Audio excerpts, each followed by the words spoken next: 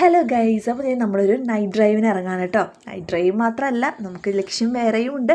അപ്പോൾ നമ്മുടെ അടുത്തുള്ള പള്ളിയിൽ പെരുന്നാളാണ്. അപ്പോൾ അതിൻ്റെയാണ് ഈ ലൈറ്റും തോരണങ്ങളൊക്കെ. ഇപ്പോൾ പെരുന്നാളുകളുടെ സീസണാണല്ലോ.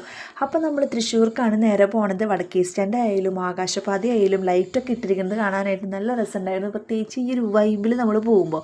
അപ്പോൾ നമ്മൾ വടക്കേ സ്റ്റാൻഡിൽ വടക്കേച്ചിറയുടെ അടുത്തുള്ള വടക്കേച്ചിറ സ്ട്രീറ്റ് ഫുഡിലേക്കാണ് കേട്ടോ നമ്മൾ പോയത്.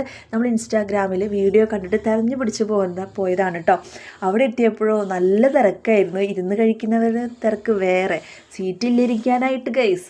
അത് കഴിഞ്ഞ് നമ്മൾ സീറ്റൊക്കെ കിട്ടിയപ്പോൾ വേഗം ചാടിക്കേറി ഇരുന്ന് കപ്പയും തലക്കറിയിൽ നിന്ന് തുടങ്ങി അങ്ങനെ കൊള്ളിയും തലക്കറിയൊക്കെ മിക്സ് ചെയ്ത് കഴിക്കാനായിട്ട് എന്താ രസം.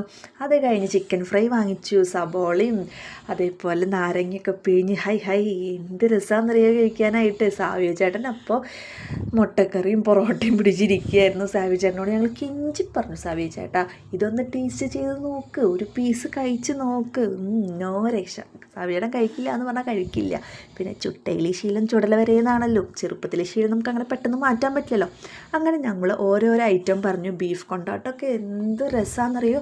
അങ്ങനെ ഭയങ്കര സോഫ്റ്റായിരുന്നു ബീഫൊക്കെ.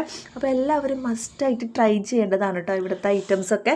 ഞങ്ങൾ ഇനിയും പോവും എന്ന് വിചാരിച്ചിട്ടുണ്ട്, പ്ലാൻ ഇട്ടിട്ടുണ്ട്.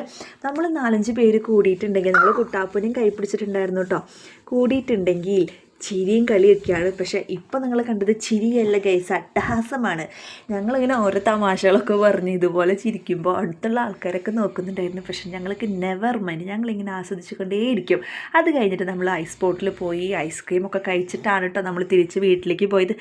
ഞാൻ വാങ്ങിച്ച ഐസ്ക്രീം വൻ പരാജയമായിരുന്നു. അതിൻ്റെ സങ്കടത്തിലാണ് ഞാൻ ഇരിക്കുന്നത്. എന്നാലും ശരി, ഇനിയും കഴിക്കാൻ സമയമില്ല. ഇപ്പം സമയം 10 മണിയായിട്ടുണ്ട്. അപ്പോൾ നമ്മൾ വേഗം വീട്ടിൽ പോയി.